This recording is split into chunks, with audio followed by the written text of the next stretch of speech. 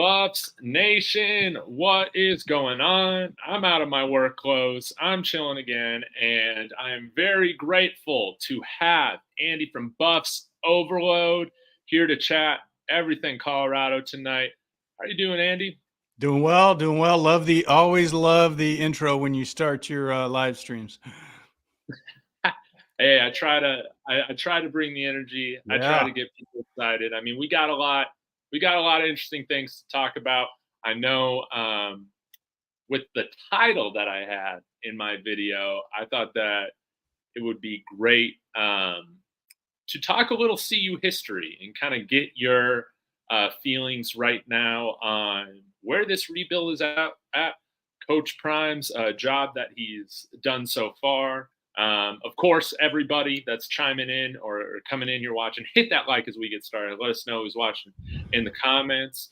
But I guess before we I take us through, or I mean, you know the history, but I take all the viewers through the history, everything like that. I would love for you to, I would love to hear from you rather, with where we're sitting at right now, 4-5.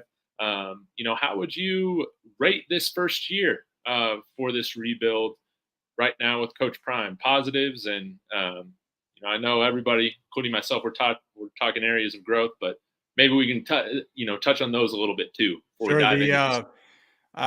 Kind of like I said last time we talked, on schedule. Okay. And last time I think we talked, we were on schedule, on course, ahead of schedule. Now I'd say we're on course and on schedule. I think we came back to on schedule. And I don't, you go through the season and I think about it like this. I think about it, you go into the TCU game, and it seems like it was years ago at this point, but you go into the TCU game, no film, right? Nobody had a read on this team. We had some players. They had no idea what we were going to do. We kind of had an idea what they were going to do. We got them. Then you go into week 2 against Nebraska. You get a team that just wants to pound the ball at you, run the ball, control the clock. They still don't have – they've got one game film on you, but you haven't emptied the clip, metaphorically speaking, of course. Right. So, and they had a quarterback that liked to fumble the football. So that worked out.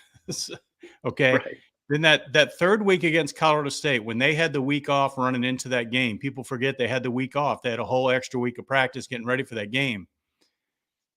And they had 2 games worth of, game film now. Mm-hmm. And it got a little tougher. And that was, close game. Double overtime. So I think then you start running into these conference teams and very sophisticated. People always talk about the players, but these are coaching staffs too that know what they're doing. I mean, they know how to adjust and they know how to watch film and not to, people always focus on the players, but these are elite level coaching staffs. And to catch this conference at its high water mark, which is what Coach Prime ran into, right? He ran into the Pac-12 at its best. Yep. And running on all cylinders. So, it's been a little choppy the last few weeks. I don't have to tell everybody that, but some of the things that quite honestly, that it's Coach Prime's learning on the job at this level also. And I think, I think we kind of overlooked that. Some of the things you may get away with at other places, you're just going to have to, these other teams will make you pay. We watched that against Oregon State, 48 seconds left in the half, and we don't do what you should have done, and that's just run the ball, get out of the half, and take second half kick. All this stuff's been beat to death. I understand that. But at the end of the USC game, even, if you look back to the end of the USC game, we were out of timeouts with 7 minutes left in that game. We burned our last timeout with 6:44. Caleb Williams took the ball and took a knee for 1 minute and 43 seconds. Because we couldn't stop it. And two of those timeouts were burned after incomplete passes early in the fourth quarter. There's no reason to burn timeouts after an incomplete pass. So, it's I think Coach Prime's learning on the job too. And his overtime philosophy. I mean, the overtime philosophy's got to change. What I found interesting, David, about the overtime philosophy is he went into overtime last year in the Celebration Bowl. His last game at Jackson State, they went into overtime against NC Central. Mm-hmm. They went out to the coin toss. They won the coin toss. They went on defense. They went on defense first. So for me, I'm like, well, what changed between that and the time you got to Boulder? Well, you know what I'm saying? Like that is to me, Colorado State could have walked us off in overtime. Yep. When they scored the first touchdown, they should have, if I'm just being honest, they should have went for 2 at that point and walked us out of the stadium. Stanford could have done the same thing. So those things, these coaches and these players, they will, they'll hit you. They'll make you pay for, a mistake here, a mistake there. As margins are thinner. Absolutely. Yeah. I mean, and like I said, when you're coaching high school, you're coaching in Jackson State, you got the huge talent gap. You might could get away with some of this. And listen, nobody's a bigger fan of Coach Prime in Colorado than I am. So it's not, I'm being critical in a good way. Yeah. But you look back and it's like, gosh dang it, man. If this whole thing, if we don't hit a bowl game and you go back to that 48 seconds before halftime at Oregon State, that'll be a tough pill to swallow. As far as the rebuild goes, hey man, right on track, on schedule, not on track ahead of schedule anymore. That's where I'd put the rebuild. No doubt. You bring up a lot of great points. And I think with this rebuild right now, we're facing Arizona here in a couple days. And you look at the job, Jedd Fisch has done. This is something that I'm trying to compare, I guess, for Buffs Nation to, not panic, or anything like this. Usually you start out just getting destroyed, his first season 1-11, then 5-7. And now, I mean, they've really turned a corner in year 3. They're developing talent. These guys are in the system, for a while. They have that continuity. Now they're ranked. Now they're 6-3. Now they've played very good football. Like, their worst loss this year is probably Mississippi State on the road, and that was a 7-point margin. In overtime. Yes, in overtime. Thank you for that. Right. And, taking over a blank slate, have we kind of skipped that first, year where you're just absolutely obliterated? Yeah, I guess so. Yeah. We're already kind of into that stage 2 now, where we're winning some games and then we're losing some games. We did have a blowout, but then this next phase of the stage and next year, I think we'll win more ball games. I think we'll win. If you want to, the Arizona stuff's interesting because they played Washington. They only lost by 2 points to Washington. Yep. They only beat Stanford by 1. So at the time when they only beat Stanford by 1, I was like, okay, that's going to be gettable. I still think it's going to be gettable. But at that time I was like, oh, and then they went on this little run. And I was like, oh boy, man, this team's hot. We're catching them at the wrong time. We should have caught them earlier. But yeah, I think our trajectory is going to be a little faster than theirs. But you're right. And maybe David, is it, you wonder also, is it one of these things where are the diehard Colorado fans versus the Coach Prime fans that we've molded together, right? Yeah. Which one is panicking? Which group or which entity is panicking? Because as a Colorado fan, I'm not panicking. I think the people who aren't fans are like panicking for us. That's how right. We're getting secondhand panicking. Yes. And if you want to look how bad, a coaching change can go, look up at Wisconsin. Look what's happening up in Wisconsin with Luke Fickell coming from Cincinnati. I mean, that was they've taken a couple steps backwards. So it could go a whole different way. So we're in good shape. Yes, I would like a couple games back. I would. Yes, I would like to ask the question, where did Michael Harrison go? I mean, where did he go? He's had like 2 targets in the last 3 games, 1 catch. Where did he go? So, yes, everybody would probably want the wins, losses to look. But for me, it's like we have growing pains with the players. We have growing pains with the coaches. And we're also, honestly, we have growing pains watching Coach Prime kind of figure some things out. To me, The overtime, the tight end, the timeouts need to be cherished, right? All good teams come down to you're going to play some white knucklers. If you're going to go for a championship, you're going to have some white knucklers, right? Yeah. You're going to go into overtime. You cannot keep taking the ball first in overtime. You can't do it. You can't leave the other team the opportunity to score more points than you can score, and you don't get and you don't get a shot at them. That's that's like batting, deciding to be the visiting team in baseball. You just don't want to do it. I understand you get caught up, and I understand the theory, and I've heard him explain it, but I can't find an analytical reason to do it. And like I said, his last game was at Jackson State. He took defense first. So all that's water on the bridge. As far as moving forward, hey, man, it's at some point, right? At some point, you just got to go out there and play football and do your thing. And that's where we're at right now. We're in must-win territory now. I didn't think we'd get in must-win territory. Did you? I didn't think 4 weeks ago we'd ever get to must-win territory. We're going to a New Year's Six Bowl 4 weeks ago. we sat on here. You and I sat on here and chopped it up, and I was like, "Nah, I'm going to be disappointed in this bowl or that bowl." Now I'm like, "Hey, man, come on, we'll go to Shreveport, please, anything." I will take an Alamo Bowl. I will take it. Like I said, at the beginning of the year, I'll take a SpongeBob SquarePants Bowl. That's correct. I hear you.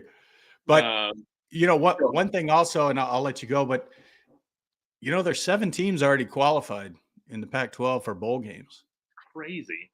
It's nuts. So if Colorado was able to get these last 2 games in the live well, I mean, then what does that look like when you have 8 teams? I mean, we walked through it once. I can't remember the exact tie-ins, 7 tie-ins or something. I mean, I know Colorado would win out if they had to pick between 2 Pac-12 teams, and Colorado's finishing the season winning 2 out of 3 and kind of the vibes back. I know Colorado would get the nod. I think Colorado would get the nod because some of those lower tier bowl games, they need Coach Prime and they need Colorado.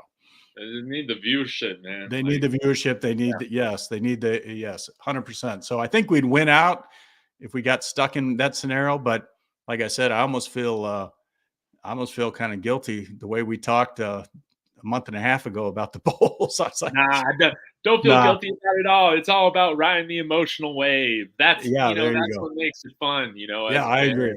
I agree.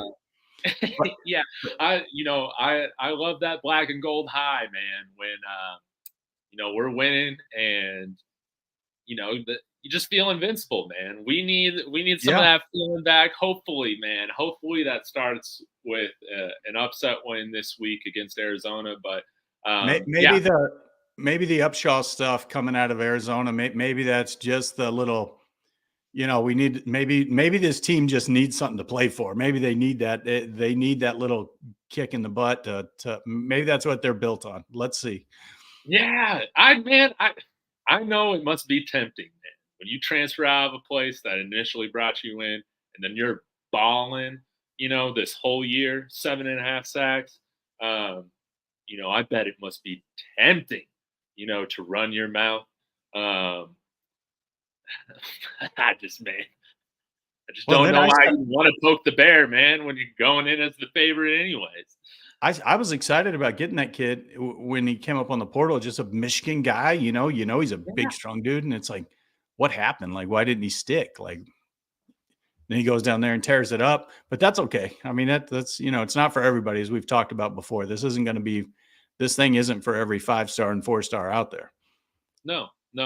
Some people will jive with what's going on. Other people will benefit and have great careers elsewhere. Like this isn't the only football team to play for. That's correct. So, yeah, right.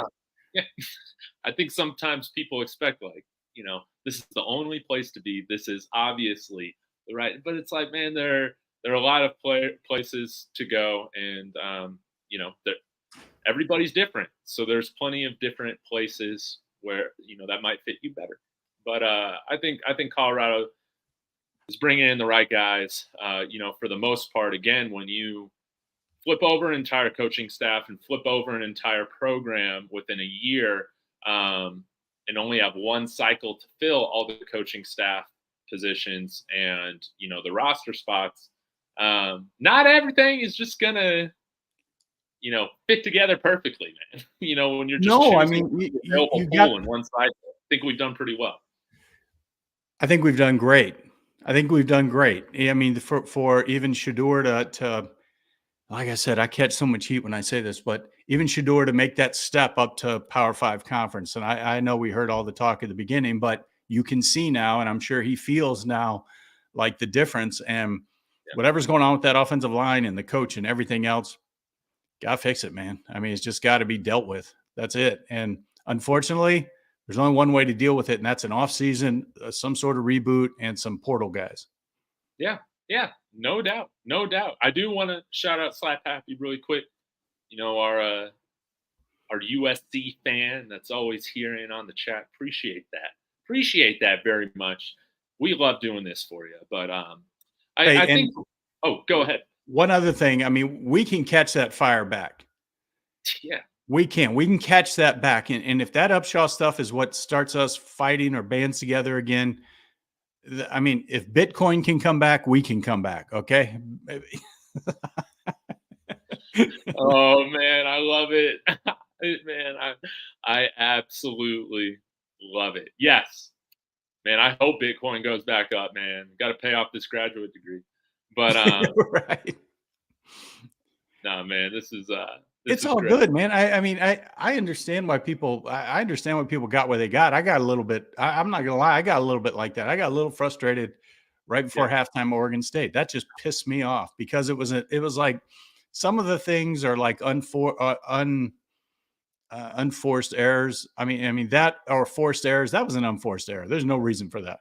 That was sloppy and uncalled for.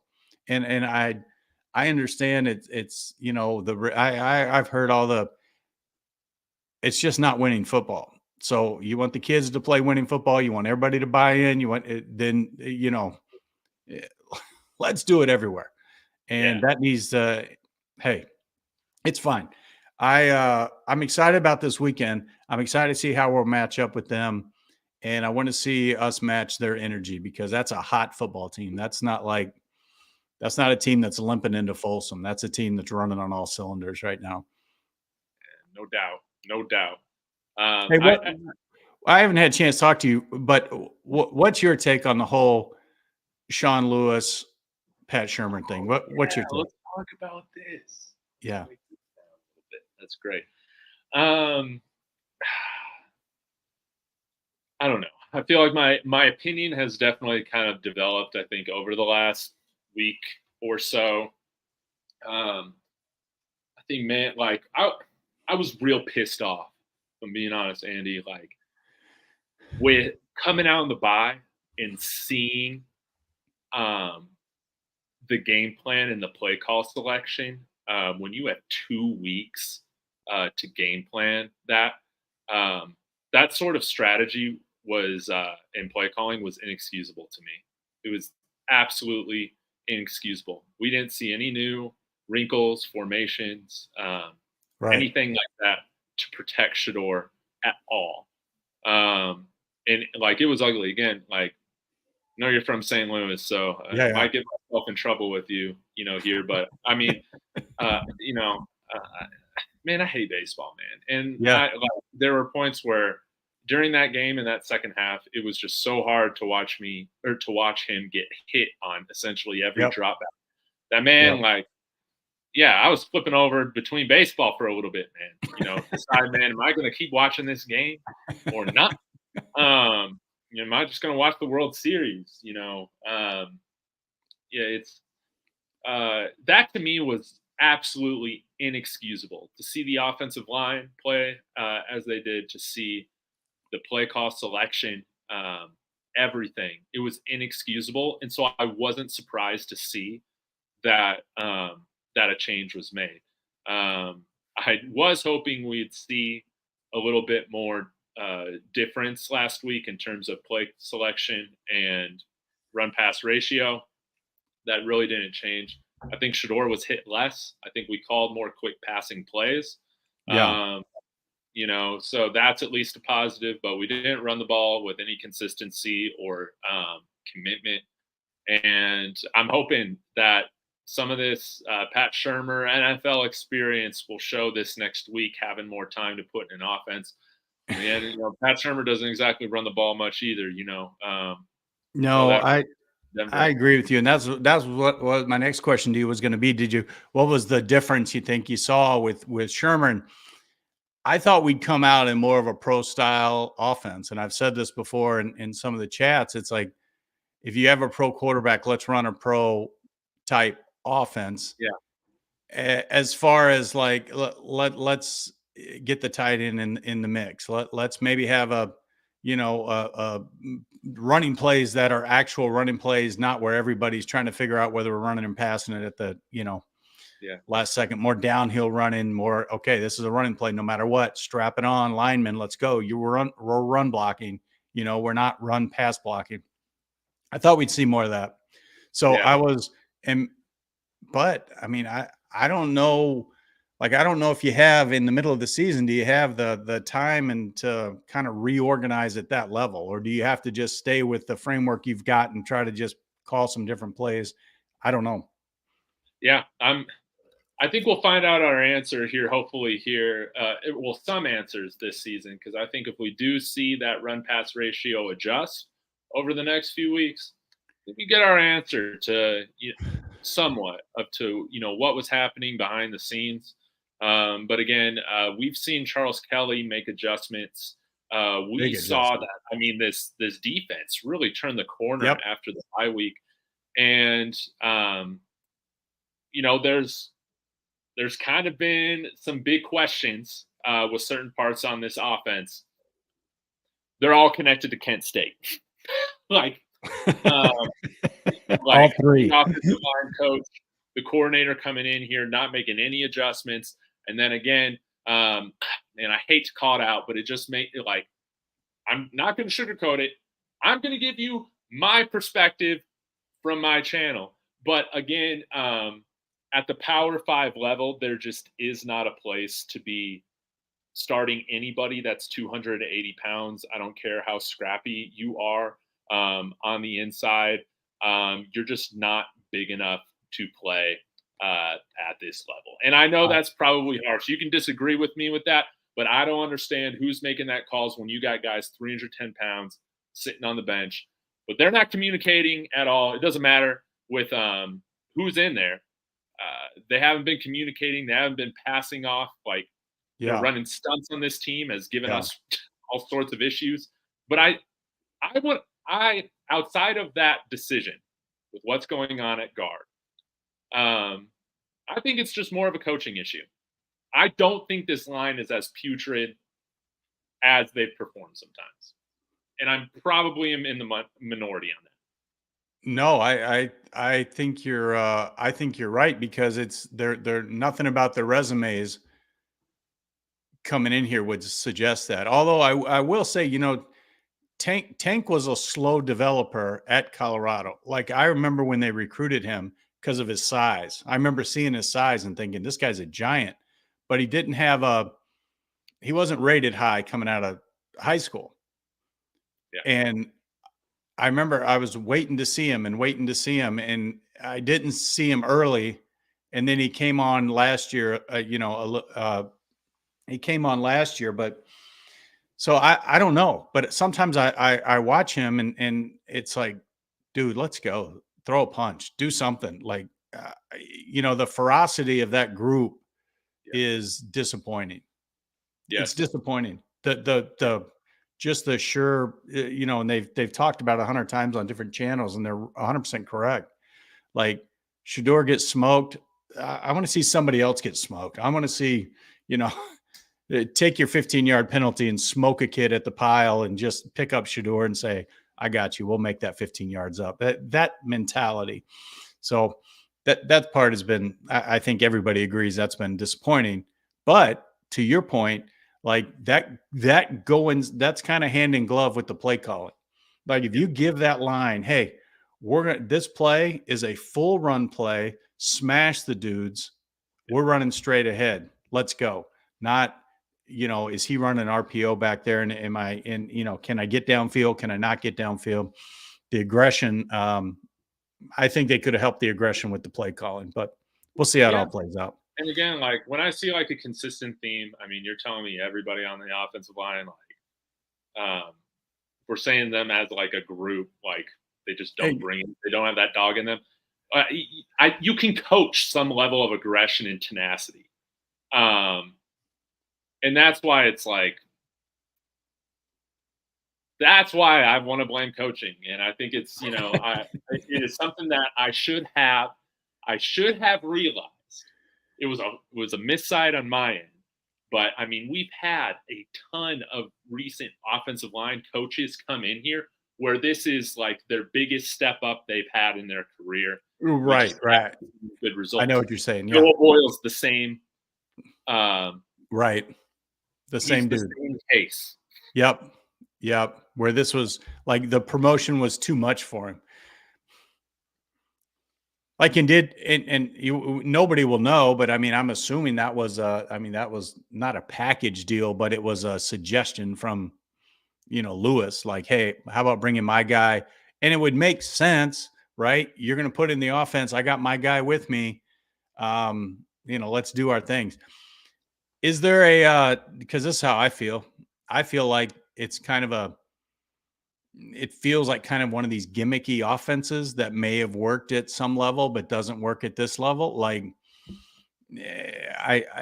that's the way I watched it at the beginning, and I was like, okay, I can kind of see it.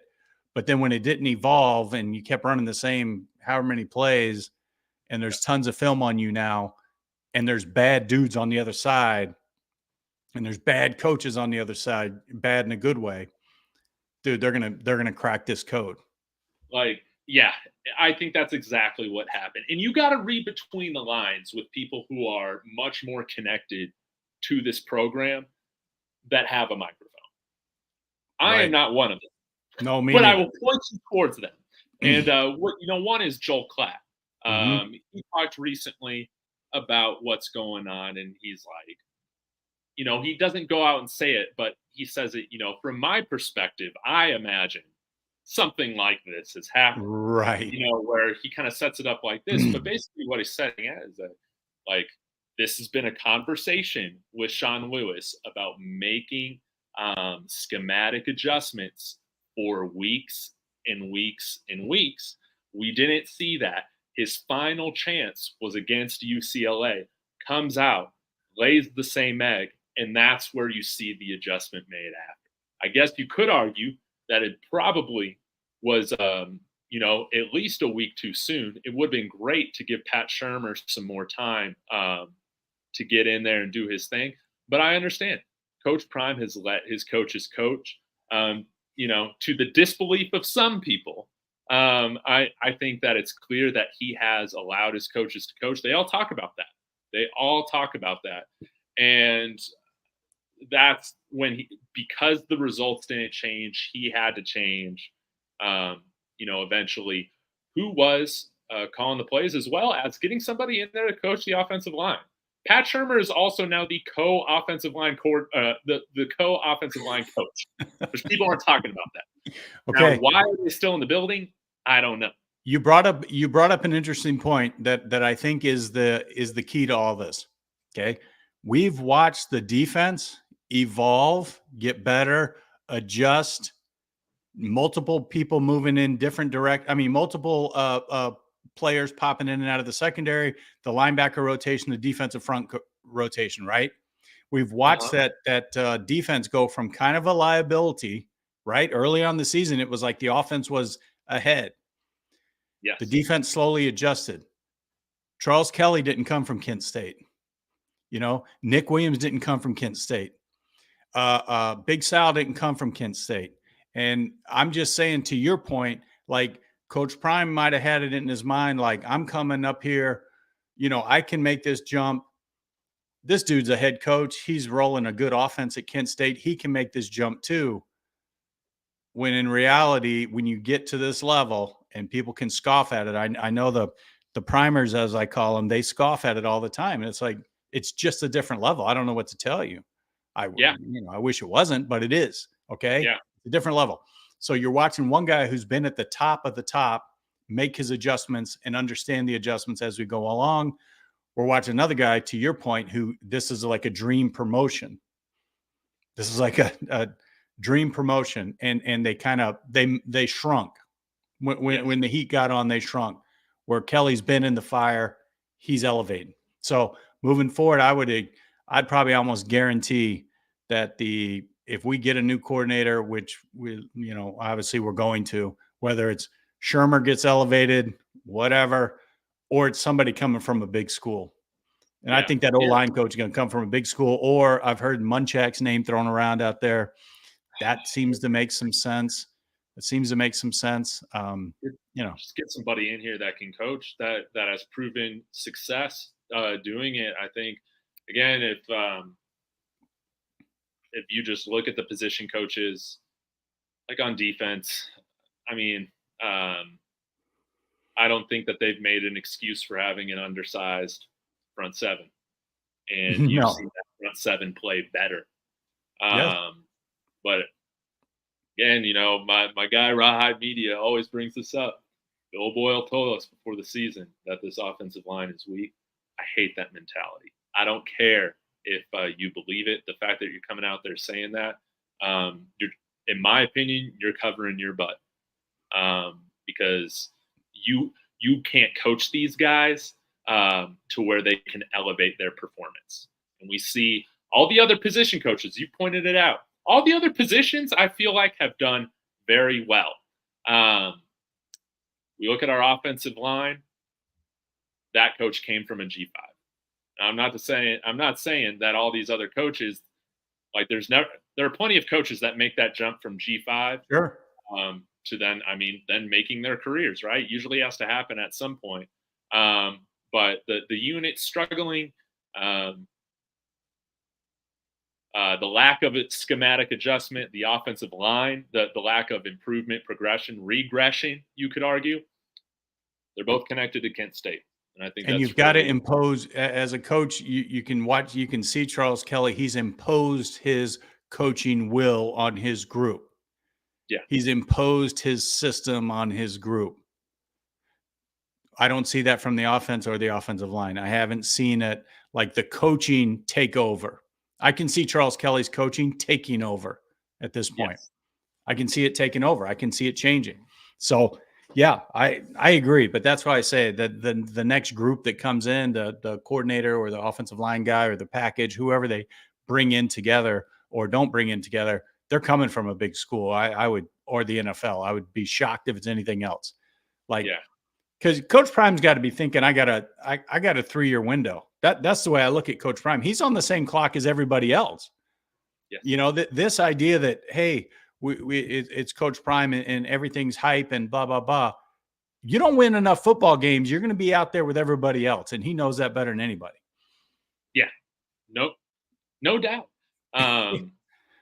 Because from a fan base, from a longtime Colorado fan, I'm going to be here after Coach Prime leaves.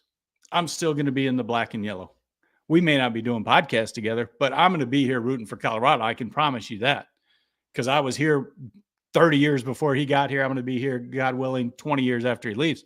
So, he's going to get the same treatment as everybody else. If you keep messing around and we're 4 and whatever and 4 and whatever and 6 and what, you're going to get the same criticism as everybody else. I don't believe that's going to happen. Not for a second. Yeah. I believe we've talked about it before. This portal is going to, like I said, we're getting starters this time. We're not getting peripheral players. Yeah. And again, sometimes you just make hires and they don't work out, 100%. Do I have questions on why don't you just let them go? If you're going to strip them of their coaching and play calling duties to some extent, I don't know. I don't know what the dynamic is over at the Champion Center right now. I'm chilling here in my apartment in Westminster. I have no idea. I can only speculate. All I know is that when I felt in previous roles that I've had in my career, when I've been a dead man walking, I want it out. Yeah. And, they didn't want to pay me that extra, to leave. But it may just be for all practical purposes, he's fired. Yeah. So it may just be we don't need the scrutiny right now. But for him, when I watched him on Saturday against Oregon State, it's not that I felt sorry for him because he's getting what he has earned, right? Everybody gets what they earn. But you looked at him and I was like, man, that guy's got to be so pissed. He's sitting there just only reason he's there, in my opinion, is because he still knows the signals and he's still really good at the signals. No, by the way, Honestly, we gotta get an earpiece, man, in the quarterback's helmet, man. If we're preparing these guys for professional football, no enough with doubt. these hand signals. No doubt. Yeah, and all this, man. It's 2023. We're having commercial breaks every 5 minutes of game time or less. Yeah. You know, we can at least get these guys some earpieces, but Yeah, um, that definitely needs to happen. It would, make it easier on everybody. but I think Coach Prime's in a unique situation this year, and I've said it like all off season was that coming in here, you can really do anything as long as you win 2 games. Whew, the Yep. momentum's going in the right direction, and he's done that and more. Obviously, how we've laid this out, throughout the year. Um, Again, my theory is the people panicking. Yes, do we have fans in here just asking for people to be fired all the time? Like, yes, yeah, Yeah. that's every fan base, though. Yeah. So that's just what it is. But to me, with people I know personally, the people that are panicking are like you said, are people that I know that are secondhand panicking, trying to Correct. get me to panic or trying to tell me to panic. They're not a fan of this football team. They don't really follow this football team. Correct. Uh, with where we're at, like you see how things are going. I'm not tripping. Now, I did want to ask you a little bit about this, Andy, and I'll bring this up now. Just with our different rebuilds, that we've had, Yep. I wanted to show our viewers this, Bill McCartney, and watch The Gospel According to Mac, ESPN 30 for 30. This gives you great context on this entire rebuild, but it was a huge rebuild. McCartney took over in 1982. 2-win season, 4-win season, 1-win season. That was the first 3 years before you got 7, 6, 7, 8 wins, and then you became the national powerhouse that you were. Obviously Rick Neuheisel took over that team, did well before getting paid a boatload to go to Washington. But Gary Barnett, again, took over a decent team, had a really rough year in 2000, but this was a legendary season they had after 3 wins, going from 3 wins to a double-digit win team. That was phenomenal. And really since then, we haven't really had much of a successful rebuild. Of course, Mike McIntyre with all the seniors we had on that team in 2016. That was great. But what were some of these other rebuilds or bounce back seasons like? Well, I'll go back to the Gary Barnett, the McCartney to Neuheisel to Barnett. Okay. Yeah. Those all kind of felt right because, Barnett had come was with Coach Mack for a long time. Neuheisel was the hot shot, coordinator, offensive mind, guru, quarterback guy. All those felt right. And they all had success. Okay. Yeah, they had a couple little trying years, but they all got there. And then what happened with Coach Barnett happened with Coach Barnett. And that was, whatever. People can debate that for a long time. But the Hawkins stuff was interesting because, he wasn't, everybody talks about him being at Boise, but he wasn't Boise. Chris Peterson was Boise, right? Hawkins kind of followed after Peterson at Boise. There may have even been one more in between those two. So when they got Hawkins, it seemed right. And he came in with his Hawk love and all his unconventional motivational tactics. And I'm going to make the players feel a certain way. And we're going to have swords and ninja shit and all that stuff. Okay. And that was, the first year was bad, but the second year, I mean, we did go to a bowl game and then it just flattened out. Okay. The Embry hiring is really where I felt like at the end of the Hawkins stuff, I thought the Embry when they brought John Embry in there, and it was like it's an NFL dude. He's an alum, right? He's a lineage back to Coach Mack. This is that never, not one time did he feel like a head coach. He didn't talk like a head coach. He didn't act like a head coach. He never felt like a head coach. He just didn't. He felt like a position coach. He felt like a position coach. Yeah. McIntyre comes in, he's got a little pro lineage. He's got some Southern roots. So it was like, okay, we can live with this guy. And then we go on the slow trudge up. We do spike in the year. I mean, mostly, excuse me, his defensive backs were unbelievable. That secondary was really good. The Pac-12 was, not as good as it is now. No. And then of course we go to, when he finally leaves, which was the right time. And then you go to Tucker. Now Tucker comes in. I do want to say real quick, Andy, for our viewers who don't know this last year with Mike McIntyre, this is when I started graduate school at CU. We start 5-0 that year. Right. So I definitely thought, man, good Lord, we're going to a bowl game, baby. It's finally happening. We lost 7 straight games. Did not make a bowl game. You can back up to the end of Barnett. Like right before Barnett got fired, they were talking a big extension for him. Like they had him in line to get his huge extension. And they fizzled down the end of that. They backed into the Big 12 championship game. I mean, and because the Big 12 North at that time, Nebraska was trending down, Kansas State was trending down.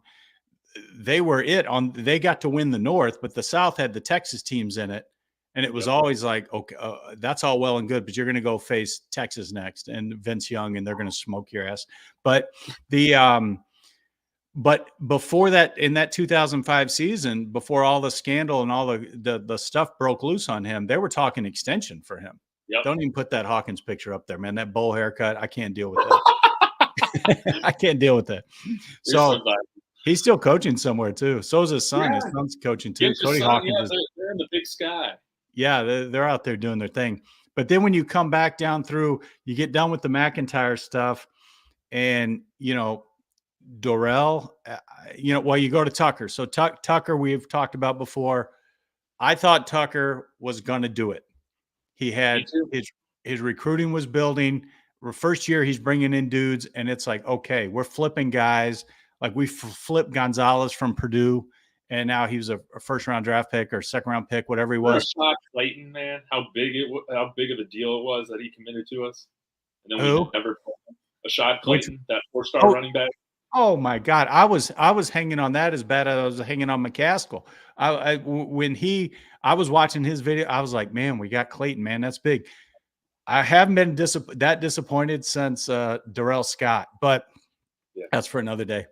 But they had, so Tucker had it. Tucker could have done it. And Tucker could have done it here. And then there were a lot of institutional constraints on Tucker that he just wasn't going to deal with. And if you look back, honestly, I know a lot of people don't like the guy and because of how he did it. Yeah, if he was working under those constraints and those handcuffs, then he made the right move. I mean, I hate to say it, but I mean, because it happened to us. I don't blame him for doing it at all.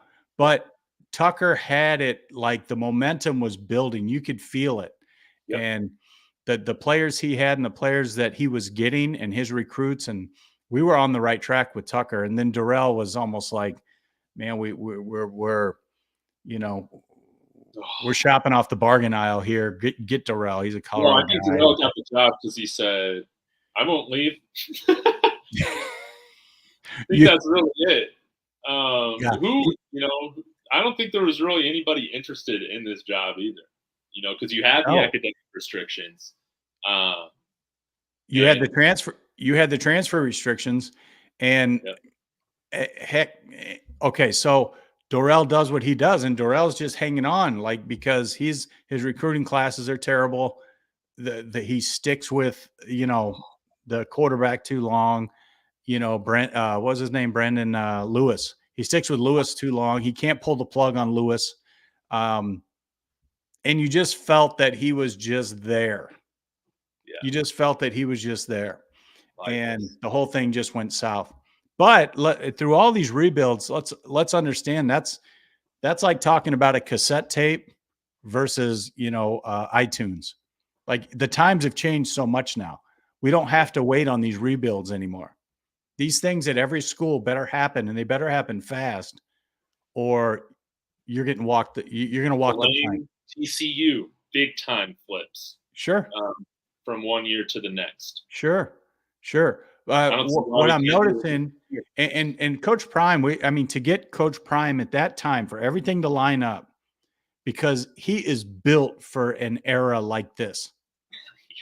He's built for this era. 15 years ago, if Coach Prime, if everything's the same, he's not built for a slow high school recruiting, put on 20 pounds, maybe he'll play as a junior. He's not built for that. He is built for this era.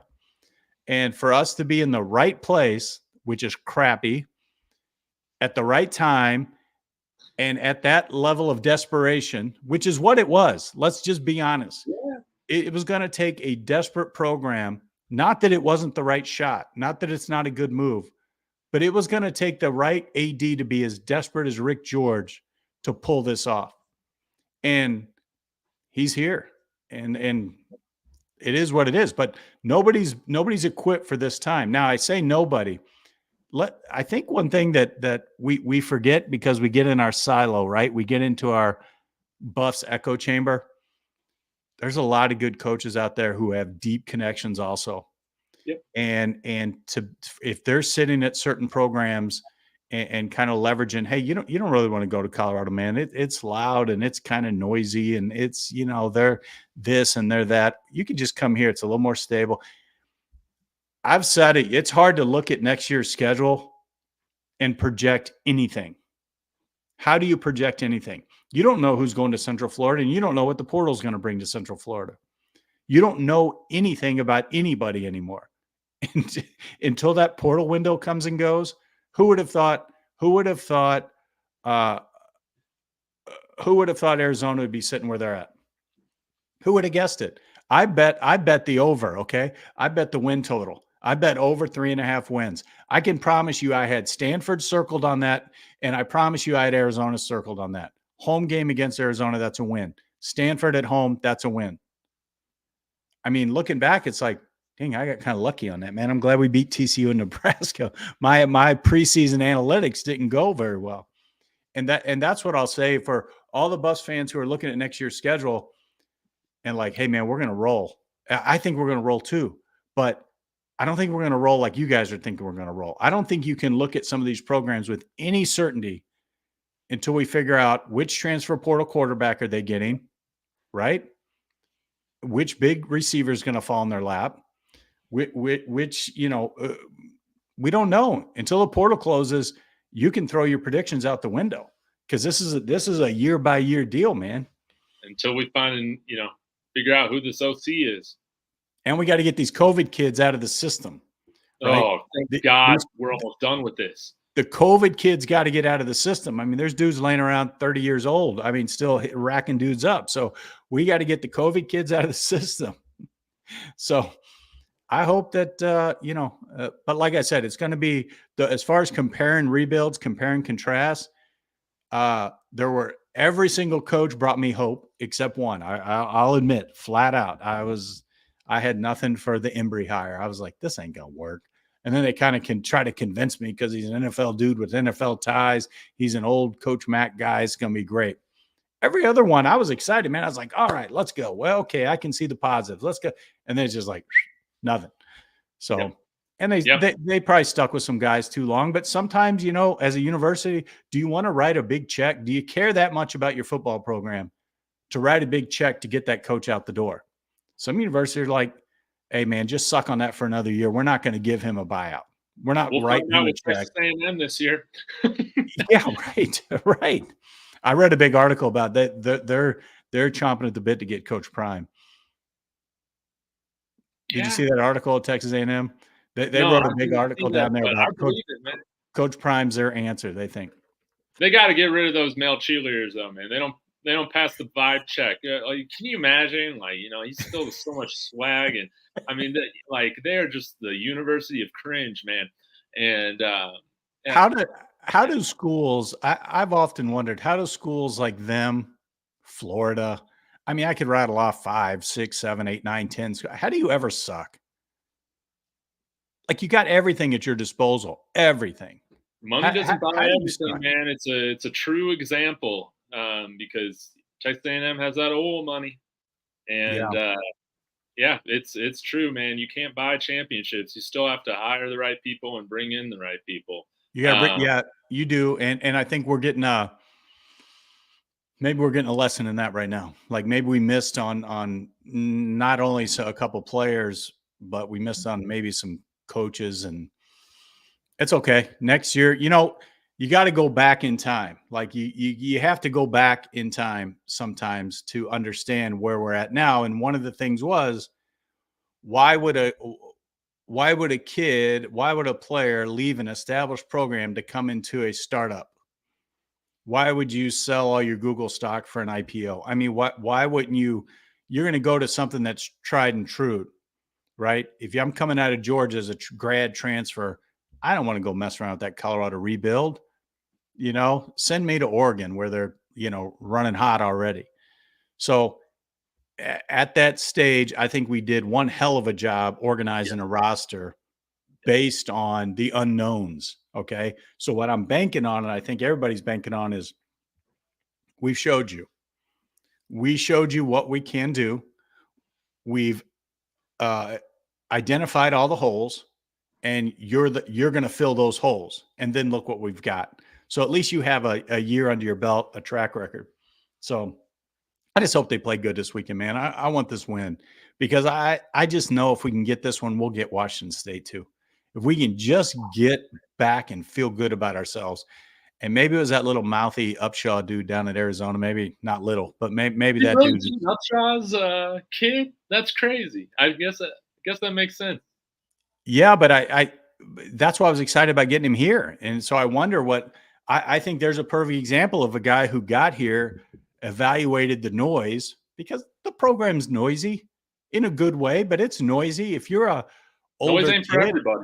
yeah, it's noisy. That's right. So if you get in there and you're like, dude, this is fun and all, but I'm gonna go somewhere else. I was surprised that he left. He was a guy I was really happy to see in the portal, just coming from Michigan, being older, whatever. I mean, go do your thing. But maybe that was. I see somebody in your chat asking, where do you find 6 wins next year? I could find 8, 9. I The mean, Big 12. I mean, people were expecting them to be a lot better. Sorry year, if you take away Texas and OU. which they're going Yeah, to. we'll just have to see how they work this next transfer cycle. Hey, I gotta tell you something that people keep that I don't hear in the conversation or the analysis about the Pac-12 for next year. People are acting like Utah ain't coming. Utah is going to be in that conference, and Utah's a load. I mean, I hear everybody talk, and they're like, "Oh, well, we got this. We're Cincinnati and Central Florida and Texas Tech and Kansas." I'm like, "Well, hang on now. Utah's coming too. I mean, Utah ain't going anywhere." I mean, our however you say it, our litmus test or whatever it's called. Um, it's at the end of the year against Utah. That's going to give us a direct, in my opinion, kind of a direct gauge of where we're at going into the conference, and how much more work we have to do, because I think I think they're going to come in there and compete immediately for the conference title. They're a good team. They've just had to deal with uncertain quarterback play. And they'll get that fixed, whether it's with one of the recruits that they brought in or Cam Rising coming back. But they might not have had a super great year this year to their standards, winning the last 2 conference titles, but they'll Well, bounce. They'll bounce back, no doubt.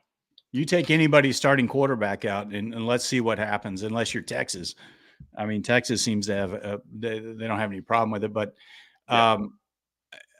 I would say, I mean, Utah's got to be the favorite going into the season next year, don't you think, for the Big 12? Yeah. I think so. They're the best and most accomplished team.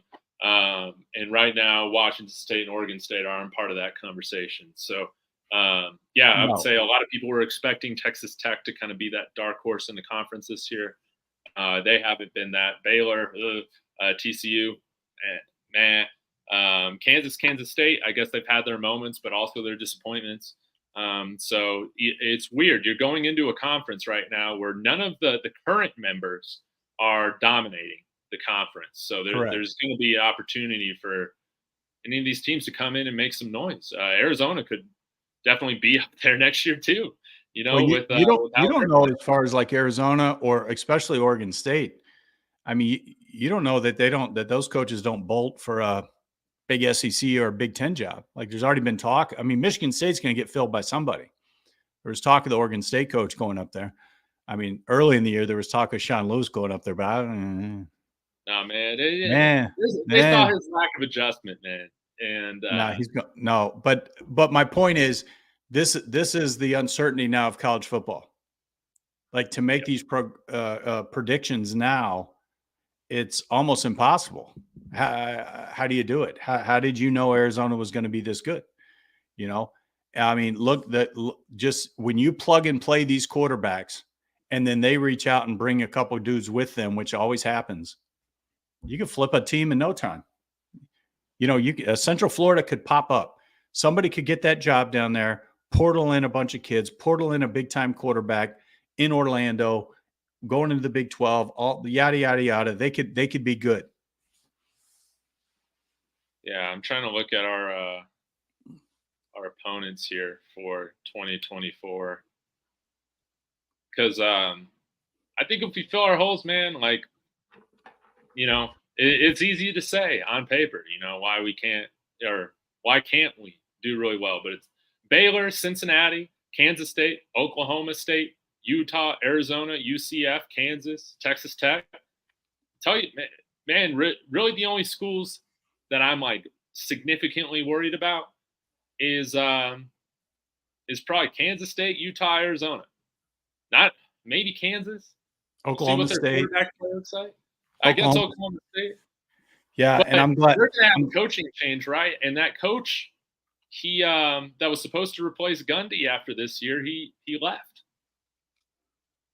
Well, that'll be interesting too. Maybe Gundy sticks around. I don't know. Yeah, I have no idea what's happening. I'm glad that game's in Boulder, and you don't have to go down and deal with those dudes that are down in Stillwater. Seems like something wild always happens down there, especially a night game. You get down there and the moonshine starts flowing. Man, that's a tough place to go win. But like I said, I'll stick to it. It's almost impossible to guess because, heck, I mean, who don't you think Colorado was before Deion? Colorado was a gimme. That was a layup. And my whole thing, it's simple. It's like, okay, usually the team that has the best quarterback usually ends up winning that matchup. But we got to see it, man, before we can start coming out here saying we're going to beat these other teams. We got to see that this team can block. That I mean, as far as us goes, Colorado, they're going to take care of that. I'd be shocked if we didn't have how many new offensive linemen next year? 4. I mean, probably. I mean, maybe Manuel sticks around, but I think everybody's job's on the line. Everybody's job's on the line, and we still haven't seen Connor. And from what everybody says, that kid's pretty good. And there it's almost like a redshirt season, or it's going to be a redshirt season, or whatever. He's going to be in the system. So let's see what that looks like. The 2 tackles. I mean, I'm just being honest, man. They have deteriorated as the season went on. We've lost our confidence, man. Like they have lost their confidence, and that's why I blame coaching. I don't think it helps. I love how brash Coach Prime can be, but sometimes, man, with a unit that's struggling, I don't think like him saying, "Well, you go get new players." For the person that we want in here, the kind of guy that we want in here, the dogs that we want in here, they're gonna hear that, and man, they're gonna respond to that. Do you ever catch that Coach JB podcast? Every now and then. He talked. I listened to him a little bit after after Coach Prime had made those comments, and he went on there and he said, there's going to be a dad of a big monster lineman in the middle of the country or deep in the South that is going to hear that and say, no way. You're not going to go up there and get publicly blamed for everything. No way. And those are the kids you need. And the next day, we lost a big JUCO commit out of Iowa. I don't know if you saw that. There was a big JUCO commit. He was, gosh, it was probably that guy that I didn't even know his name. I didn't know his name either, but I know he's 6'5", 330 from a community college. So I don't know how good he was. I don't know what he was, but he was a commit. And he tapped out, and I was like, huh, boy, that dude hit. That was a called shot, or they knew each other, one or the other. But I don't know. I didn't like it, but I understand what he was saying. And I think Coach Prime, good and bad, he's going to say what is on his heart. And that was on his heart. Yeah. And it came out, and that's fine. So let's see what happened with the line. I don't even worry about the line moving forward. I worried about this year. That's everything I worry about. But I just know he's gonna fill that, and he's gonna fill that with a coach and some portal guys, and there ain't gonna be any, 18-year-old trying to work on his technique in there. He's not gonna put that in front of Shedeur next year. There's no chance. Yeah. Would you? If it was your kid, no. And that's why it's like, where's the 12 personnel? Like, and I mean, you see Caleb Fourier, who's, father played for this team. Him leave the team, man, because he's just not being used. Might as well keep a year of eligibility, man. Instead of just losing.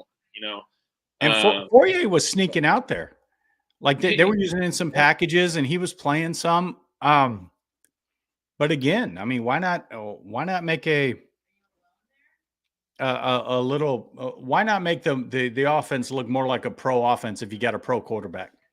Yeah, no doubt, and hopefully we see that change this year. Yeah, go ahead. Everybody's crying about Harrison's size. He's too small. He's too skinny. All this other stuff. Well, Fourier wasn't. And like I said, we don't know. We're not there every day. All this other stuff, but Passarella can block, right? Passarella can block. Somebody can block. Bishop can block. Yeah, even with the club, man, just have him out there. Yeah, but club a dude. Does this too, and this is where it's like the pro mindset. How do you say? Like again, I think he's totally right. When guys are making millions of dollars, you can absolutely throw them under the bus. I think maybe we got just a few guys making millions of dollars, and they're definitely not the reason we're losing games. No, do you ever? I've thought about this before. Do you ever think that if you're a 300-pound grunt tackle or guard and you're not making millions of dollars, you ever think about, hey man, I think I'm gonna let this dude in. I'm gonna let him hit the millionaire man. That's hard for me, man. That's just hard for me to like. If I'd be willing to sacrifice putting awful tape on my end, game after game, to do that. Right. I would think these guys have too much pride in themselves and they want to make it to that next level. I don't know why the hell you'd ever want to put bad tape on, because if you put then the money comes. I think it's agree. Short-sighted if that's the case. I agree. I just think about a locker room divided sometimes, and it's like, okay, bro, your dad's going to go out there and roast us. Your dad's going to go out there and call us out publicly. I may let a couple every now and then. I'm just saying, like, these are kids, man. These are young guys, and stuff goes through their heads sometimes. And, hopefully they took it as a challenge and, hey, we just need to get better. Yeah. I don't like that part of the division because I feel like that did isolate a part of the team specifically, it scapegoats them, but the guy being brought in to actually coach these guys isn't getting the job done. It scapegoated him. He's an adult. Yeah. And it's like these guys want to come in and talk a big game about how we're going to play and yada, yada, yada. And they want to blame the players instead of and use them as an excuse for why they're not getting these. Like there is basic stuff that this offensive line hasn't done throughout the season where it fully falls on coaching for not getting these guys prepared. Yeah. No, I It's not agree. like we're bringing on a bunch of guys with a bunch of linemen, man, with no brain cells. Like they're not capable of understanding like how to block a specific coverage or rush or a stunt. Correct. What they're doing throughout the week, who knows what they're being told to do throughout the week, but it's not it's not showing any result right now or much of one on Saturdays, and that's why people are going to criticize Prime for stripping their responsibilities and duties. But I think again, I was preaching patience, patience, patience, patience. I wanted to see what would happen in the bye week, and that's where my patience ran out. For a lot of the fans here on the channel, I mean, their patience were done after the Colorado State game. They were Right. probably right, man. Maybe they could read the writing on the wall that these guys were not going to change nothing. I wanted to I wait around and see what was mm, going to happen, but I it was tend just to I probably took your track also, you know. I was like, it's fine, they'll adjust, just hang in there. We're 3-0, fine, blah, blah, blah. But you could see some signs coming. So yeah, some of these guys did have it right well before I did. yeah, And it sounds like well before you did too. I yeah, wanted the adjustments, they didn't come. And Coach Prime, it's like in college football, 8 games, dude, that's an eternity.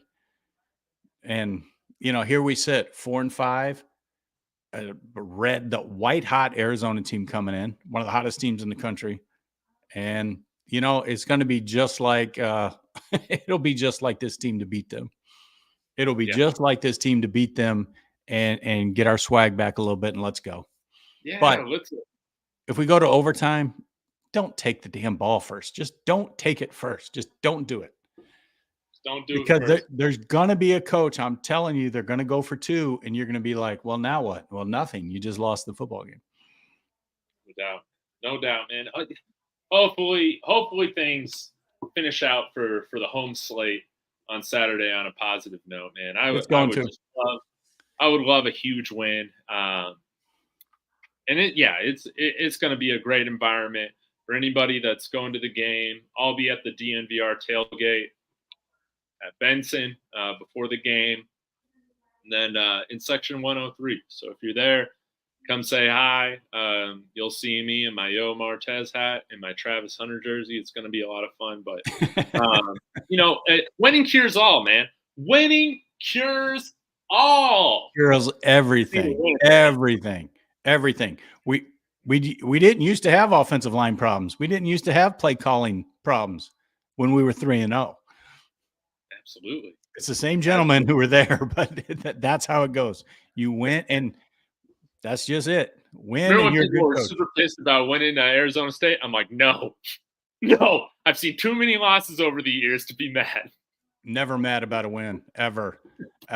And they're going to win. I don't know, man. I feel it. Oregon State was a good football team, and we had them on the ropes.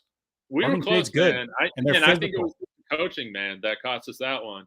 I think we ride that momentum, just only down 7-3 into the half, and with how our defense was playing, man, I think we win that game. But It's everything 7-3. changed, man, with that last second touchdown. It's 7-3, and we're getting the ball. Yeah, We're getting the ball coming out of half. So we're gonna look back to that little 48 seconds of death right there. If we don't get these 6 wins, we're gonna look back to that 48 seconds and wish we had those back. But we don't. That's okay. Everything forward. It's all good. Let's see. Hey, what are you hearing on the recruiting trail? Anything good? man. What do you do with Bryce Underwood and Hill? Because I told you my theory is Bryce Underwood or the transfer portal. That's my theory. Man, well, I will say this. I think if Bryce Underwood commits here, I think Antoine Hill will go somewhere else. Yeah. I would love a scenario in which they were both here and competing because I think we're better for that, but I think that's totally unrealistic. Because Yeah, we're not going to pay NIL to both those guys. If they You were got to save staggered by something. 1 year, like a Quinn Ewers, Eli Manning, or a Manning type setup, Rich Manning. yeah, Yeah, Arch Manning, we could see that. I just yeah, don't know why you would in that class, why you would walk in with another, 4 or 5-star dude. yeah. And I do think, um, Lawrence Collins, our Belleville resident, he still thinks that CU is definitely in the running and that there is a lot of interest around CU still. But with just kind of how I'm looking at the situation, he was 15 minutes or 15 miles, whatever it is, um, you know, from Ann Arbor. And it seems like LSU is making a very serious push. I still see it as less than likely that he commits here, but I think Antoine Hill, he has that same kind of profile. 6'5", huge. He's going to be 220, 230 pounds by the time he gets here, and that guy can sling it too, man. I watch So a bunch of tape on him. Real calm, real accurate, which a I lot of the like. same traits. Yeah, yeah. So maybe I might have to adjust my opinion, but I still am sticking to Underwood or Portal. But Man, let's go get Arch Manning, man. Let's go get Arch Manning. I let's go want get that. Arch. Let's go get Arch. Come on, Dion. Aren't you buddies with Peyton, man? Aren't you deep with the Mannings, man? Let's pull that off. He can get a bag. He can get a bag Because anywhere he then, goes. He's already got a bag. then we can get the whole. Man, I forget what Peyton's oldest son his name is, but then we can get him. Just drive up 36 to Boulder because they Yeah. all live here and stuff. So Yeah. that Manning pipeline combined with the Sanders pipeline. That's what I'm talking. We're gonna need some receivers too out of this portal. Yeah, I guess because in terms of NFL draft, where do you see Zay Weaver going? Right now, I think he's kind of a day 2 guy. There has to be a day 2 guy, yeah, because he's just not enormous and he's not 21. physical. I feel like only 21 wide receiver, year-old wide receivers go in the first round these days. There is something that there's a pretty good trend in the NFL right now, though. These young, it used to be these young wide receivers couldn't go. I mean, they would stumble for a couple of years. They're coming in ready to rumble now. I mean, they're ready to go. So whoever gets Zay Weaver is going to have a good one. He's going to come to work. He's going to do his thing. He's going to catch every ball that's near him. So that's a good pick. But I was thinking we could use a big time receiver going into next year. Like I was thinking about what out of the portal other than the offensive line. Obviously, we're going to have to replace that. We're going to have to replace a lot of defenders. Like we got some like Bentley, Dominic. We're going to need a big pass rusher on the edge. Is Rod Ward gone? I don't know, man. I don't know about that because he hasn't played a ton. I mean, he's played a lot lately, but maybe he's got enough film out there. Maybe I don't know. Well, I think his eligibility might expire. That's what I was. Oh, okay. Yeah. I can't remember how many years he played at Southern Utah, and I think he was somewhere else before then. But we're gonna have to replace. I think ideally, if we can get upgrades, you replace all 5 guys on the offensive line. Yeah, I mean, just start. Like, I think at this point, like what you said, like you just need a new group of guys that wasn't here for being blamed for everything, man. Like, I don't think it's right. And you got a coach, you got a position coach that was just incapable of raising your game. We need guys to come in here that are confident. And I don't know if we can get their confidence back right now, man. that one of the guys I was hoping we would get is that the big lineman that come out of Houston with McCaskill, and he ended up going to Mizzou, and he's a starter on Mizzou's offensive line right now, and he's a monster. And I was like, man, I forgot about that kid. I heard his name in a broadcast the other day. I said, "Dadgummit, Cameron." What was his name? Oh, yes, I remember what you're saying. You know what I'm talking about? Yeah, he was. I remember what you're saying. Yeah, he was a big one coming out, and he and McCaskill were leaving together. I was thinking, man, that's going to be. I hope we get them both. But I heard his name blurted out at the Mizzou game the other day. I was like, oh man, I forgot about that guy. Yeah. So, but They're out there, man. They're out there. I don't think I'm worried about it, and I don't think Coach Prime's worried about it. I think it's not. I hope the phone rings. I think it's more like, I got a pile of tomatoes here. Let me pick out the best ones, Yeah, and that's really what I yeah, feel. So, but I would like a receiver. I would like a big time receiver. I love Jimmy Horn. He's little.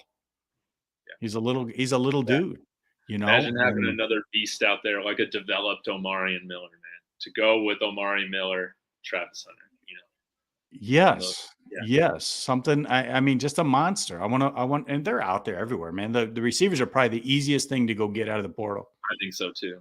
Yeah. Yeah, So no yeah, doubt. man. So it's Yo, all, you know, believe he brought this up in the chat. He's like, some of our position coaches um, aren't having a lot of success right now yet with recruiting. He brought up inside linebacker is a place where I mean I love Andre Hart. Hopefully we start to see some momentum there. I think we do have some decent momentum with the running back position right there right now with Coach Fleet, but I do understand again that the expectation should be to bring in super high level guys everywhere at this point. well, yeah, Um, but in the running back room, don't you have your bell cow and McCaskill? If he's I healthy, think so he's too. set out. I mean, even He's in the got little 3 more years of eligibility. exactly. You got Edwards. Okay. Now he's not. I know people scream for him to get the ball all the time. I got it, but he's not a between the tackle. I mean, I know he's slippery and can find some creases, but man, you want him on the edges and you want him in space. You don't want him carrying the ball 25 times in between the tackles. Maybe we do need Byron Leftwich in here, man, just to run it from that pro perspective, man, because he would never be doing that. He would never be doing that. Man, Uh, is that what is do you think that's going to happen, the Leftwich thing?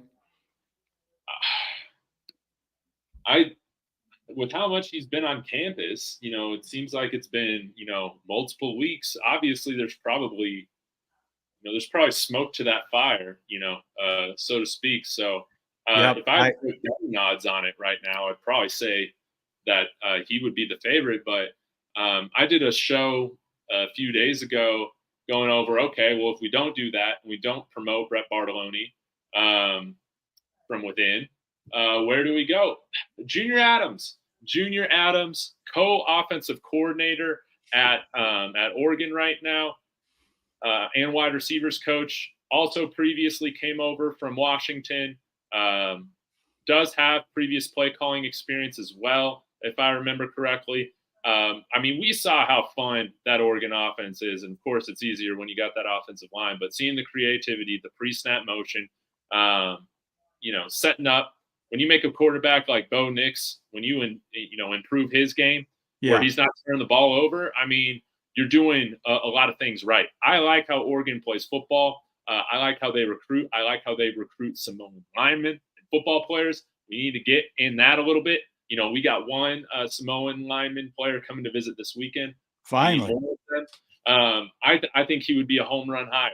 And it's somebody, again, that coming over from co-offensive coordinator, not play calling, to calling the plays out here with that experience. I would be a big fan of if they decide to kind of go outside the current network. I would think that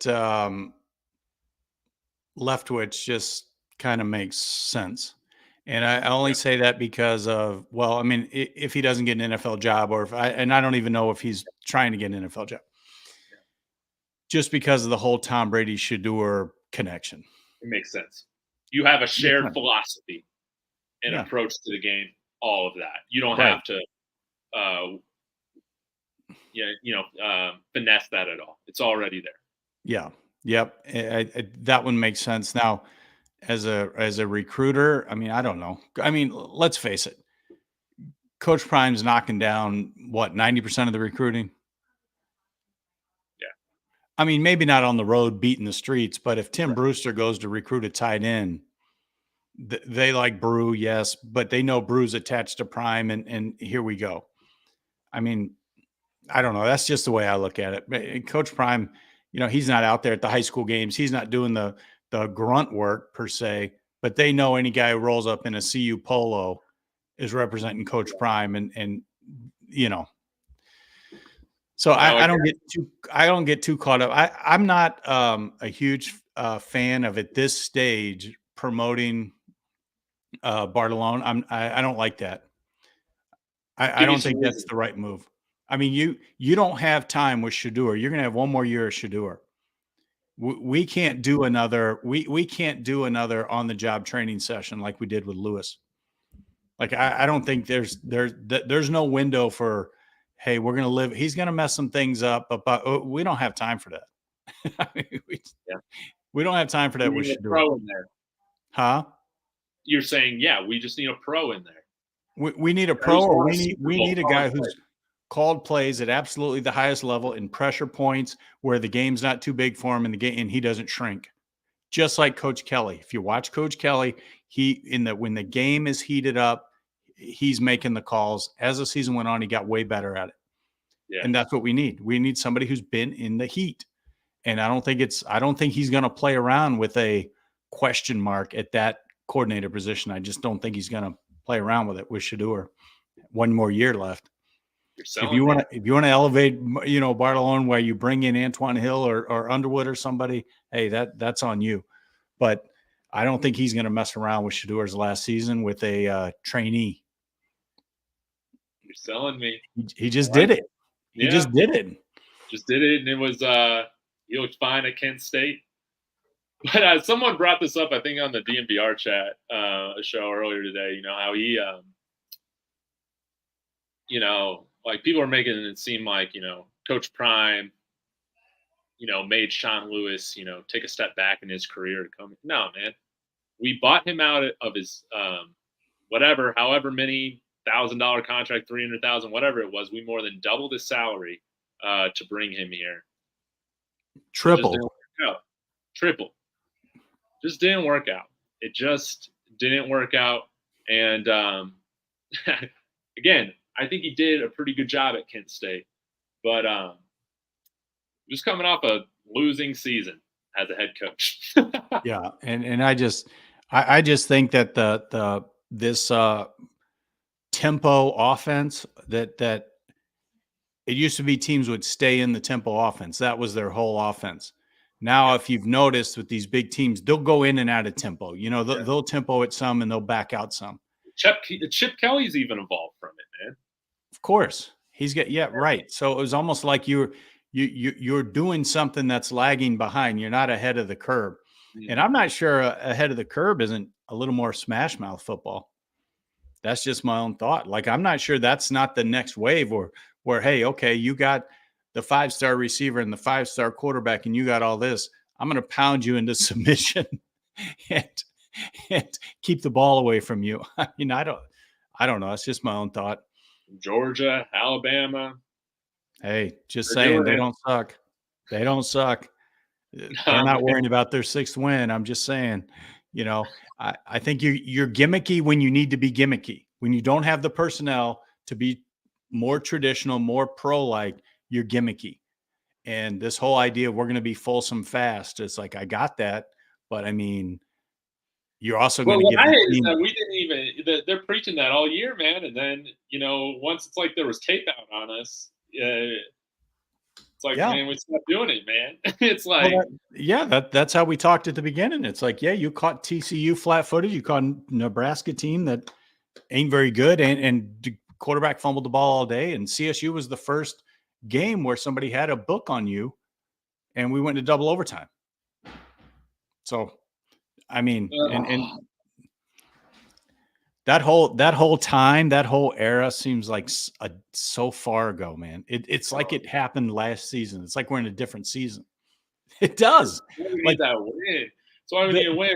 When was our last win? Arizona State, and was that in September? Yes. No. It was October 7th. It's October 7th. The only reason I know that is because of my birthday. So it was happy belated birthday. I appreciate you, man. So that was that was it. So we're it's not the losses that get me. I mean, it's not the losses. It's how we lose in these football games. Oh man. Oregon was a loss. That was a effing loss. You can deal with that fine. That was a loss. We got whooped. When you hand some of this, the way I look at it, you handed some games away, man. You mismanaged some things and handed some games away.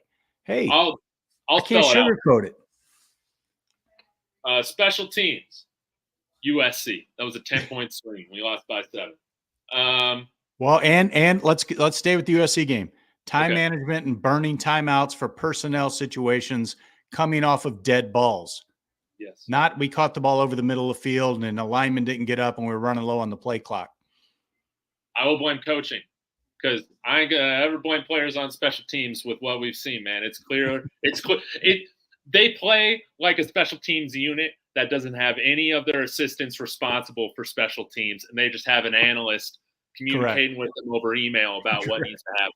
Right. You know, special teams. Yep. Special teams, coaching, all that. Stanford, coaching. Lack of situational awareness, getting ahead of yourselves. Well, and you go back to your offense again, right? We can't burn time in the second half. Sean Lewis telling the guys at halftime, starters, let's make sure we come out hot so we can get these backups ready. Already just planting the seed, amateur move.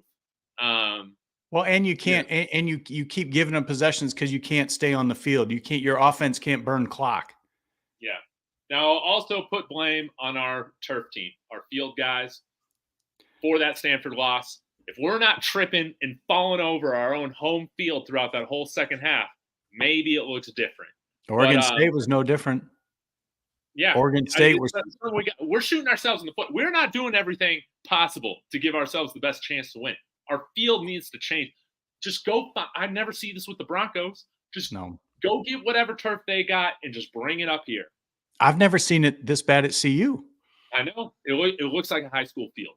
It looks like a high school field, and that was early in the season. It was already carved up like it was late November. I've seen that in some old Nebraska films, but I mean, this is like in September. Once Nebraska happened, the field has been it's been awful. Yeah. And back to your special teams, I mean, the whole thing with the 48 seconds against Oregon State, if we cover a punt, maybe we don't give it up. We don't cover a punt. They punch it down to the 30, then we grab a face mask and they're in business. So we could have tackled a little bit better on that too. So, but the point is that you want to go out and blame players, and I got it. But man, there's been some coaching miscues along the way too. 3 games. If we coach if we can coach special teams, and if we can just do some basic, game management things. And again, I think Coach Prime, the more often he faces these situations, he'll get better as time goes on. I think, people rip you when you say it, but it's just the truth. He's learning also at this level. Yeah.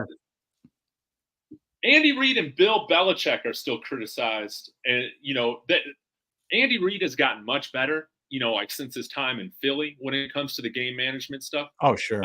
But he will still have his moments that cost the Chiefs games. Of course. I mean, McCarthy does it with the Cowboys every weekend. I mean, that's just I don't know. It's ingrained in some of these dudes. And it's weird because we sit there as fans and we know, call timeout. Don't call timeout. Run the ball. And it's like we don't have half the football bandwidth as these guys, but we even sit there as fans like, no. Hold on. Call timeout. Don't call timeout. And, it's disappointing as a fan because you get into it, you see it happening, and we're right there. And then these couple little decisions, and then we lose the game. And then, and like I said, Coach Prime's not immune to criticism. Okay. And he's also not immune to the win-loss record. And it is what it is. Whatever your record is, it is. About a 4-5 level. Maybe even less than so. And we've had some players save our butts. We've had our best players elevate and win us some games. Well, I mean, there's a theory out there that's like, hey, you take Nebraska out of the mix, you're damn lucky you're 4-5.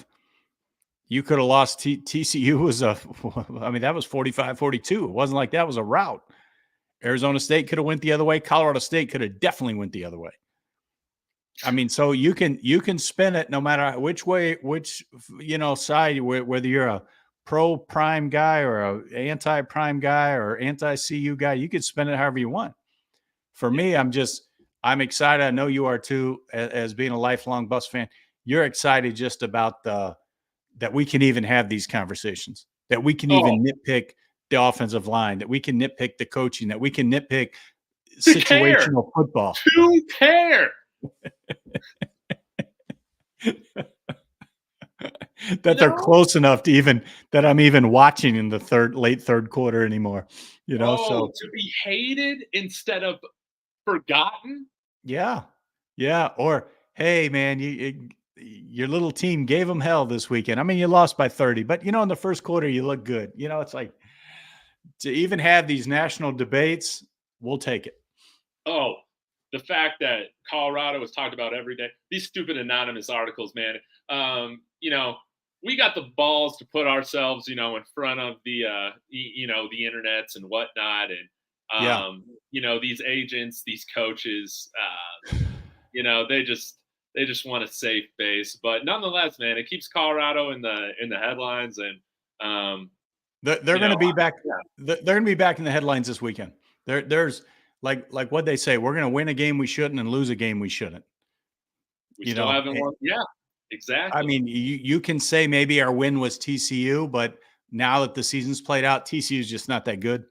I mean, they're good, but it's not like we played, Southeast Missouri or something. But I don't know if we haven't had our upset win yet. It's going to happen.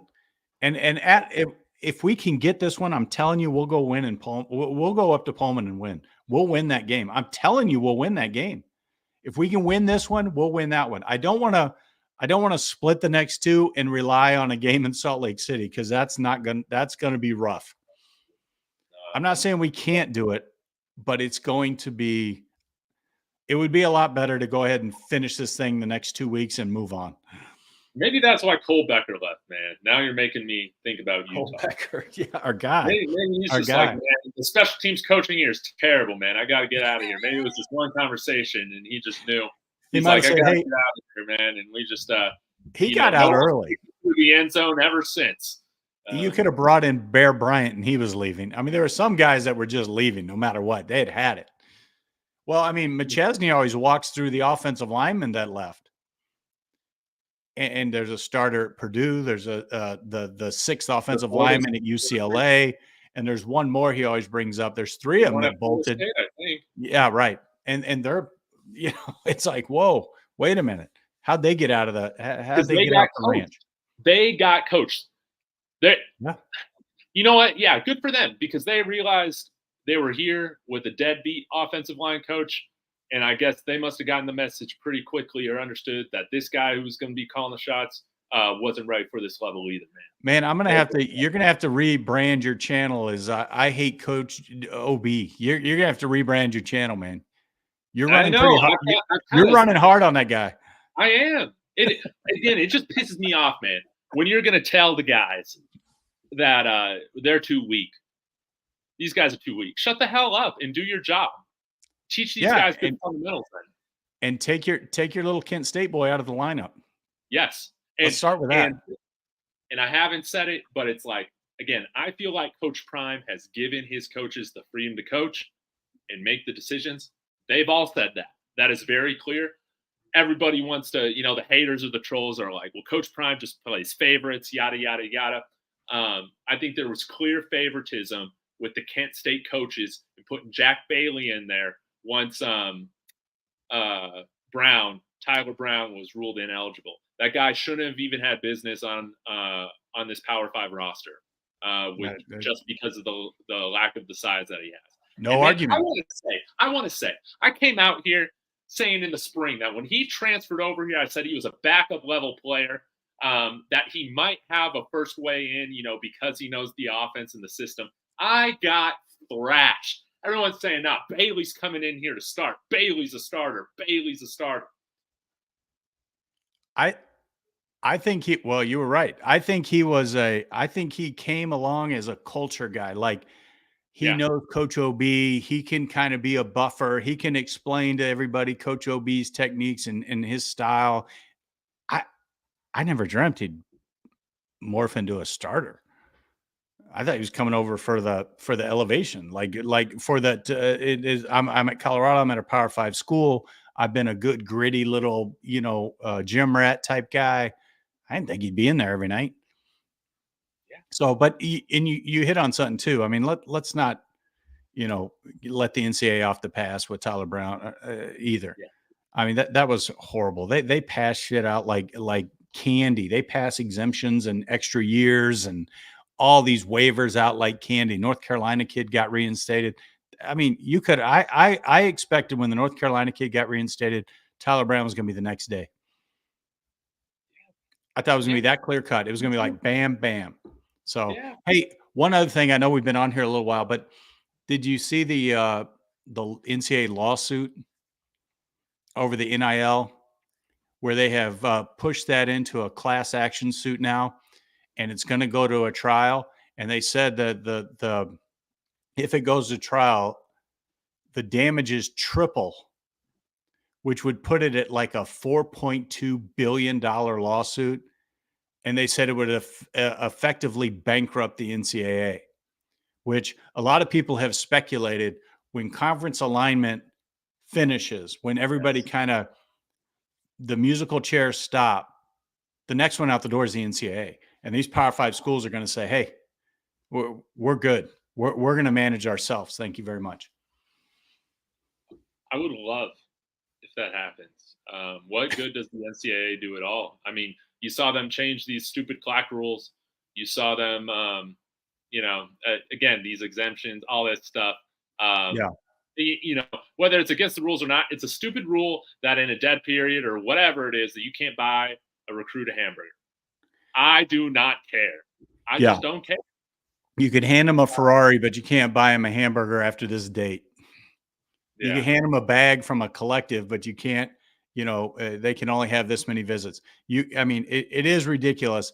They're going to be, in my opinion, they're going to be out of the basketball world. They're going to be out of the football world.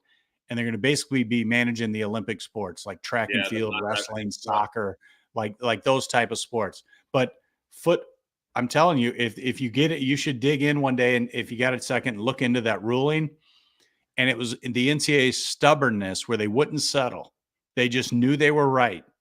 And it started with like 5 athletes. And now the class action lawsuit is going to encompass like 7,200 athletes. But the key was a federal judge moved it as a class action lawsuit, which is going to open it up. And then once you get into, I can't remember the name of it, it triples. And it's going to, and they were talking about, well, the NCAA right now only has based on their tax filings from last year, 400 million on hand. And this is going to be a $4.2 billion payout.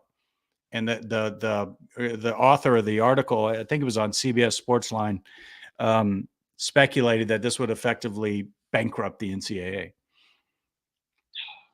Man, let's hope so. Right now, it just seems like the NCAA just is like, they've created all this, in my opinion. They couldn't manage it. It got away from them. Yep. They empowered players to an unbelievable level, which 18, 19-year-olds did. Yeah, okay. You empowered the players, and you're basically just, these schools are allowing you to put your logo on their stuff. That's the way it looks like to me. And then they come out with these arbitrary rulings. And that's why the Tyler Brown situation, it's like, dude, I can't even take you seriously. How can you take this guy off the field? Yeah. You listen to his story, and they never even provided a good reason. No. They never provided a reason of why it was denied. I'll tell you why it was denied, because he plays for Coach Prime. Think so? Yes. I believe if he was at any other school in the country, he would be ruled eligible. I do. I believe that. I believe that was a, I do believe that. I thought, well, I will say this. At first, it's like, well, we saw these other situations like Tez. Can't remember his last name. The North Carolina kid. Yeah. But yeah, when that got lifted, I expected it to as well. or when it was reversed, and they thrashed him. North Carolina thrashed the NCAA with their response, and maybe we just needed to be meaner, man. Maybe we just needed to be meaner. I would guess that all that happened probably behind the scenes. I can't believe that Coach Prime didn't light somebody up over that, and Rick George didn't light somebody up. I'm sure they did.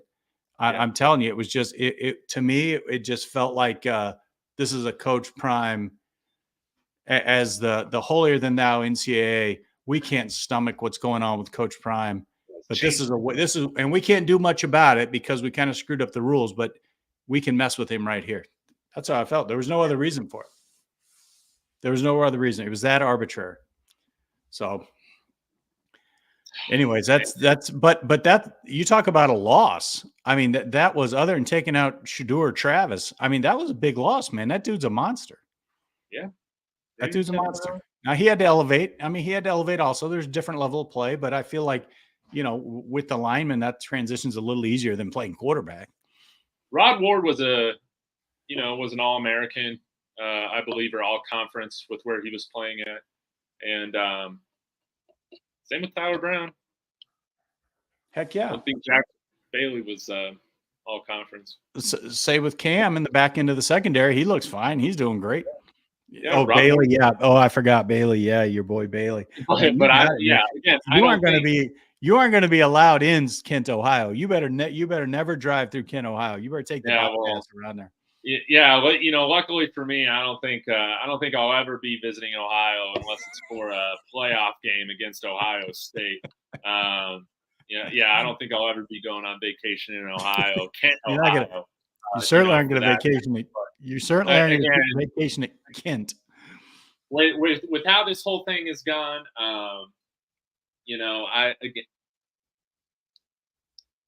I'm just looking at where our weak areas are and what's the theme.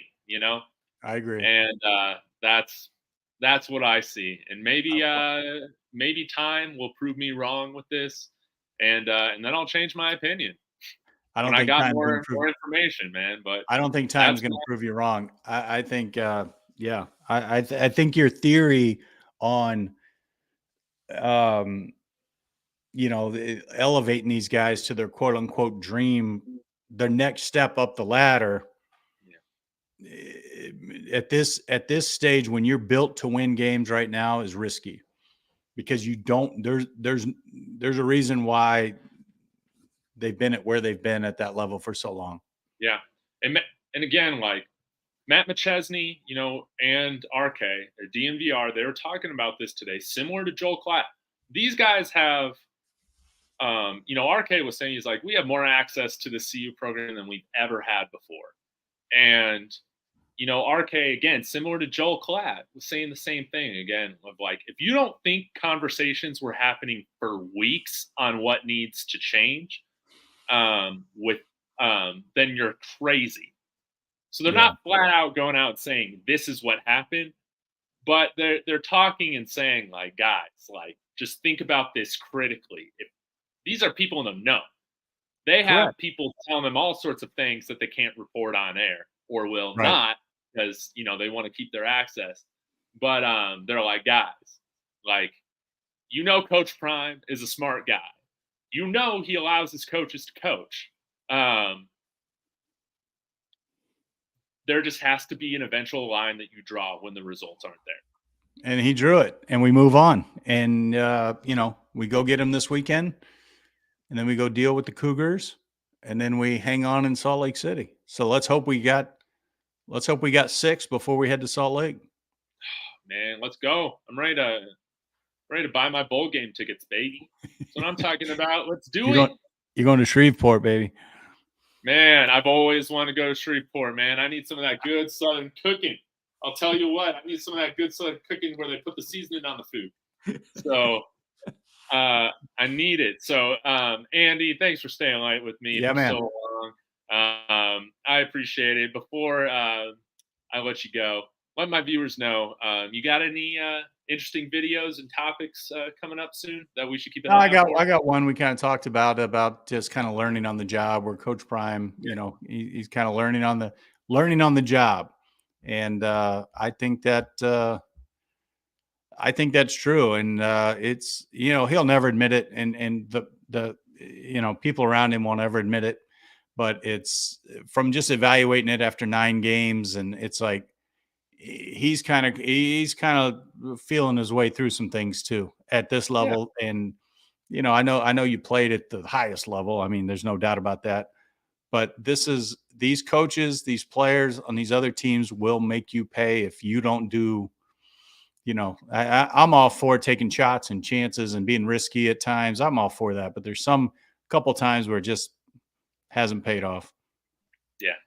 We'll get there. And there was no reason for it. I mean, it's unforced errors.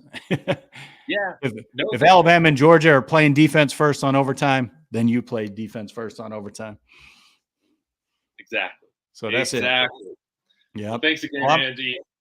I'm going to catch up with you this weekend, man. I'm going to the game. I'm looking forward to it, and I'm gonna hit you up while we're out there.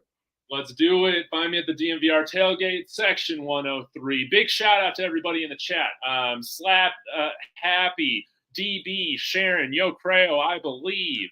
I think we had some Giggity up in here. Some other people. I know we've been on for forever. Jalen, I'm scrolling.